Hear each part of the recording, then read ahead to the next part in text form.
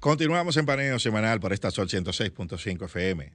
También en YouTube, en nuestro canal Paneo Semanal, el canal de Sol 106.5 FM y en nuestras redes sociales, Instagram, Facebook y Twitter, Paneo Semanal.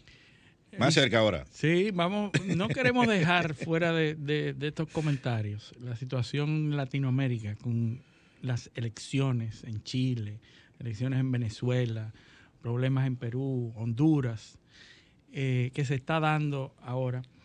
Y tampoco queremos dejar el asunto de las hermanas Mirabal. Se cumple otro aniversario más en esta semana. Y el Día Internacional de la Mujer y de no violencia contra la mujer. De la no violencia contra la mujer. Y también hablar un poco del asunto de la equidad y de la revolución sexual en el mundo árabe. Pero vamos a comenzar con Latinoamérica. En Chile, que acaban de pasar por sus elecciones, y entonces ahí cambia radicalmente el panorama de lo que había estado ocurriendo en Chile. Bueno, curioso el fenómeno chileno, porque prácticamente lo que estamos viendo es Pinochet contra Allende. Sí, otra vez. Otra vez.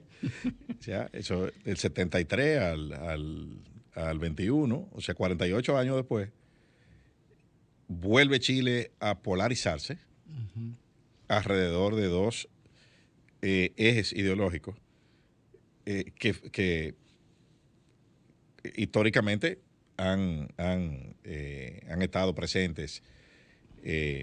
Sí, desde Pinochet no había, en la política chilena. No había un acercamiento tan cercano a la derecha. A la ultraderecha. A la ultraderecha. Pero es un fenómeno, yo te diría que no es un tema de identificación ideológica. A mi modo, es un castigo. A mi modo de ver, claro, mira, y eso se ha dado en muchos países que han tenido que celebrar elecciones durante la pandemia y las elecciones post-pandémicas. Se han caracterizado por la polarización. Claro, eso no empezó ahí. Eso empezó desde antes. Brexit, Trump, en Brasil. Boris Johnson. Bolsonaro en Brasil. ¿Entiendes? O sea, Boris Johnson, que es una secuela de esto. Pero lo que sí se está dando es un tema de polarización. ¿Qué sucede? Que cuando hay crisis, México con López Obrador, también, cuando hay crisis, las sociedades muestran cosas que la gente las asimilaba como normales, las toleraba, pero en determinados momentos se convierten en un disparador.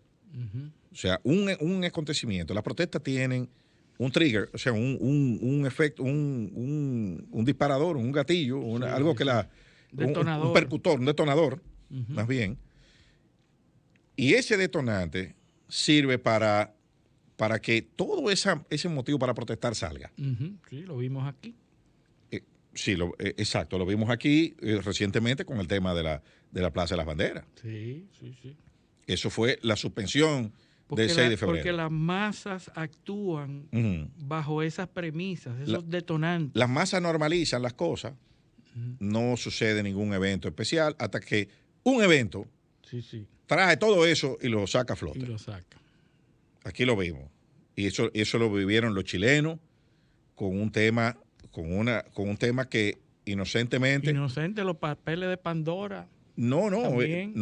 Antes de eso, cuando comenzó el movimiento de protesta chileno, que fue por una subida del pasaje del metro. Por ahí fue que empezó todo. Sí. Y después el ambiente álgido. La destrucción de las estaciones y comenzó el movimiento a pedir cosas. Una reacción desproporcionada. A pedir cosas y más cosas y el gobierno a dársela. Y ahí se metió la pandemia y vino la crisis. Bueno, eso va a terminar en una constitución nueva.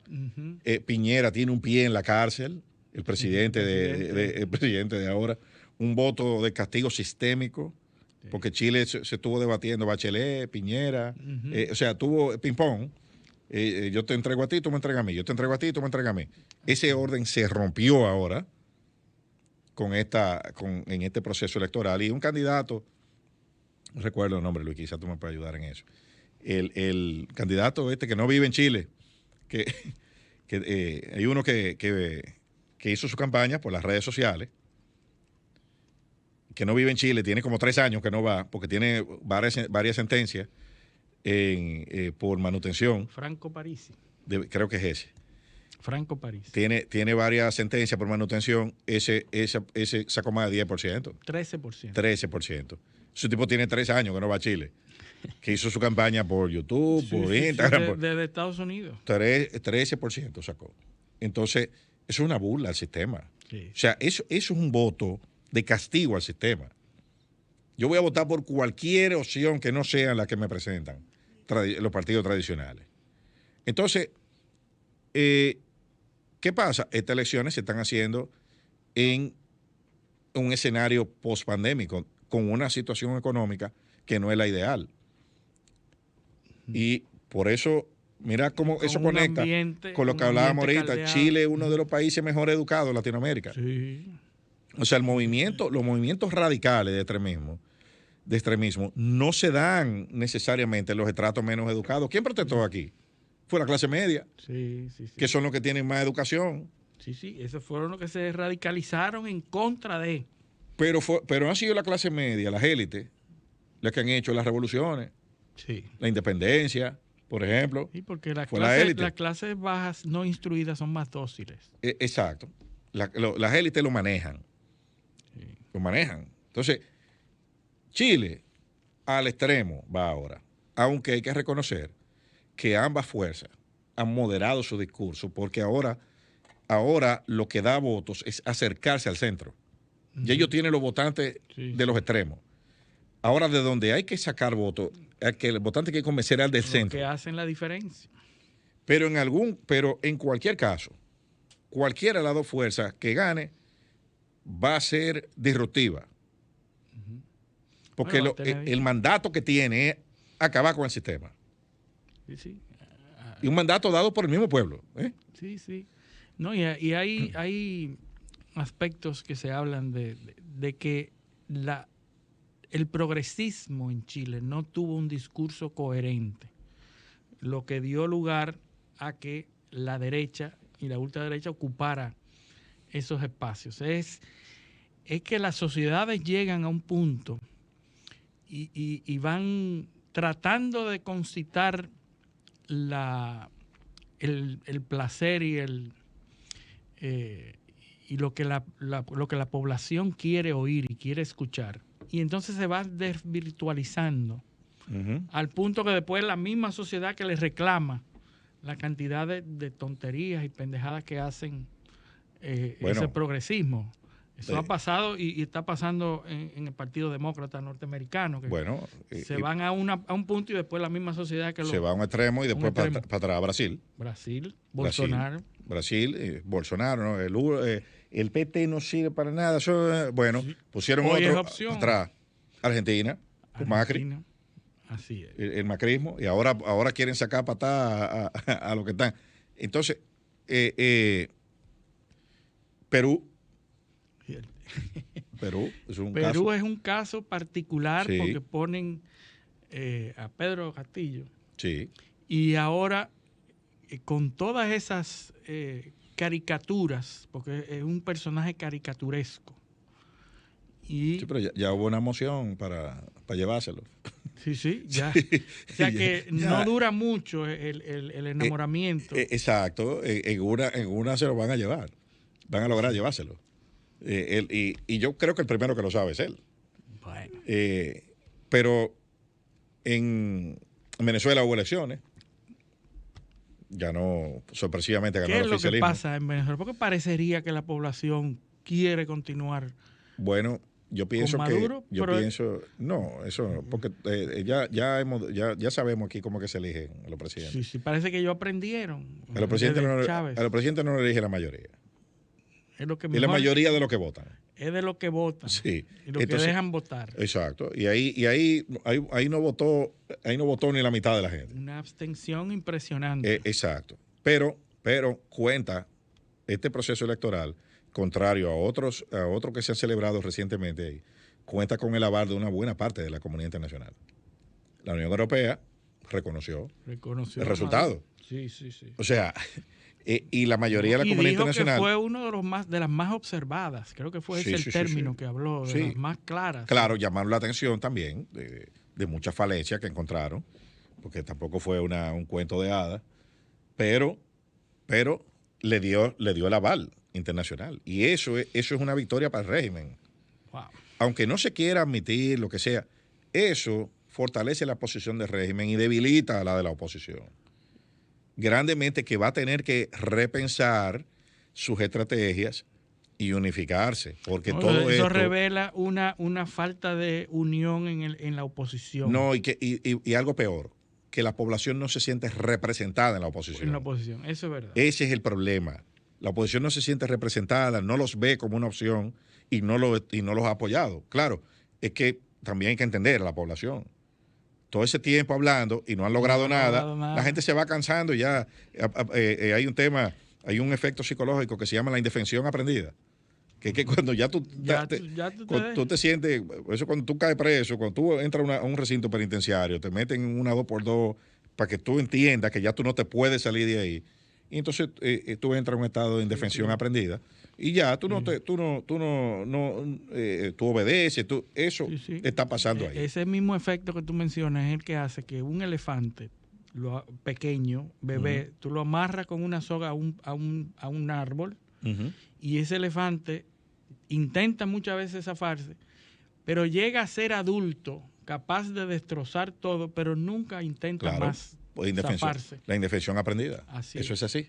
Entonces, lo tenemos. Entonces ahí el pueblo venezolano ha entrado, yo creo, a mi juicio, en esa etapa de indefensión aprendida. Ante la frustración del periodo anterior, que tuvo casi un presidente ya. No creen en elecciones por la historia reciente que han tenido, pero también saben que una insurrección armada no va a resolver nada, u otras vías que no sean las vías democráticas. Entonces, hay un tema de indefensión aprendida. El régimen, para cambiar, tendrá que implotar. Y si hay algo en que ellos han sido coherentes, en que se han protegido uno a otro y se han mantenido unidos en el oficialismo. Y cuando ellos ven un reducto de rebelión, ellos mismos se encargan de fumigarlo. De fumigarlo. Entonces, pasando al otro, ahí ganaron 21 de 23 gobernaciones, el oficialismo. Honduras tiene elecciones mañana. En Honduras hace como 3 semanas que no publica una encuesta. No se sabe qué es lo que va a pasar ahí, porque está prohibido. Los candidatos, lo que se dice es que el resultado va a ser muy cerrado, es lo que se prevé. Pero no se sabe quién está arriba, quién... eso no se sabe cómo es. Hay que ver. Y fíjate que a nivel regional, mira, Honduras, al igual que Nicaragua, al igual que nosotros, tienen acuerdo de libre comercio con Estados Unidos. Entonces, mira los déficits democráticos que hay en una región que se supone que está bajo la hegemonía total de los Estados Unidos. Cómo se está vulnerando, ¿no?, los mecanismos democráticos para elegir a los gobernantes. Parecería ser que se está tornando una línea de que los gobiernos bloqueen a través de medios legales a la oposición. Claro. Estrategias legales para eliminar la oposición. Esa es la cara B del lawfare. Sí, acuérdate que la judicialización de la política, que es el hermano gemelo de la politización de la justicia. Entonces, la política de tribunales ahora. Porque los fraudes, el concepto de fraude electoral moderno no es en las votaciones que se hace. Los fraudes son las operaciones que se hacen previo a las elecciones, configurando la boleta, cambiando las reglas de votación. Esas son las modalidades de fraude. Y eso lo hace el que tiene control político. Sí, impunemente. Claro, porque está usando los mecanismos democráticos. Legales. O sea, yo cambio la ley para beneficiarme yo. Yo pongo al Tribunal Electoral porque ese es el mío. Utilizo la ley. Claro. Porque no es que la manipula, la utiliza. O sea, yo la cambio. Y si no me conviene, la cambio. Sí, pero es ley. Sigue siendo por ley. eso, y fue dada con los mecanismos constitucionales y democráticos. Entonces, por eso es que viene, los sistemas desarrollan respuesta para todo, y viene el tema de la legitimidad. Es así. O sea, yo puedo hacer una ley perfectamente, cumpliendo todos los procesos. Pero bueno, la comunidad internacional dice que eso no es democrático. Entonces ya eso no es democrático. Pero que eso es peligroso también, Luis. Porque los países son soberanos.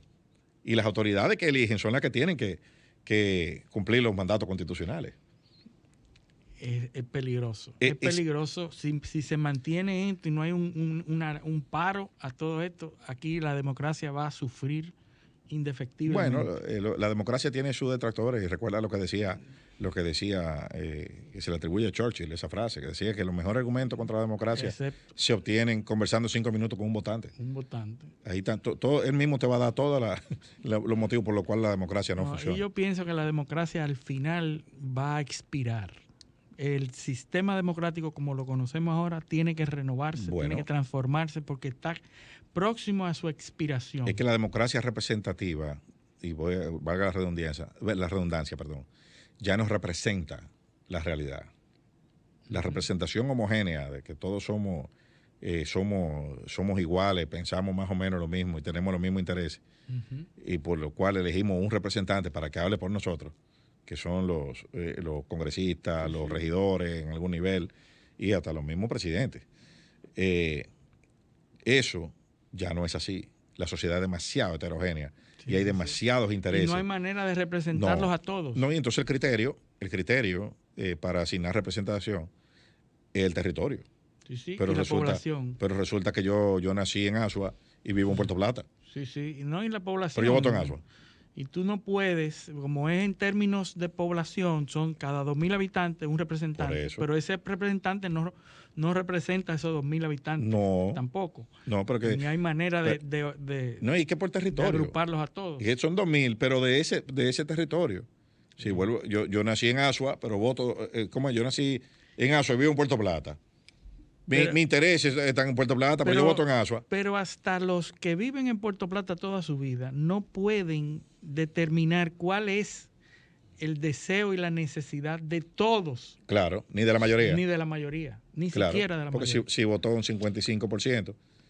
Por eso que yo pienso que la democracia tiene que transformarse. Claro.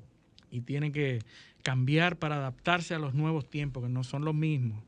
Claro. La democracia como la conocemos hoy nació en un momento muy diferente, en un estadio diferente de la comunicación. ¿Cómo era que se comunicaba una persona? Una carta. Cada 15 días mandaba una carta, o se podía reunir a un mes y las informaciones corrían muy lentamente. Tiene 200 años. Sí. La concepción del modelo. Ya hoy una población o un grupo social necesita algo y mañana puede necesitar lo contrario. Y en 5 minutos él comunica lo que necesita. A millones de gente. Exactamente. Que no son los de su demarcación nada más, sino el mundo entero. Así es. Así que eso es así. Y el tema de las Mirabal. De las Mirabal, que dio lugar a que las Naciones Unidas determinaran el Día Internacional contra la No Violencia de la Mujer. Yo quería tocar ese tema porque aunque todos conocemos la historia y de dónde surge y cuál fue el hecho y cómo se dio el hecho del asesinato de las hermanas Mirabal, yo quiero plantearlo como en relación a lo que está pasando en el mundo entero con relación a la mujer. En todos los países desarrollados se está desarrollando una narrativa a favor de la equidad de los géneros, a favor de que el hombre y la mujer, igualdad de oportunidades y una acción en contra de la cosificación de la mujer, ¿verdad? El utilizar. Pero esto se queda solamente en la palabra, en la narrativa.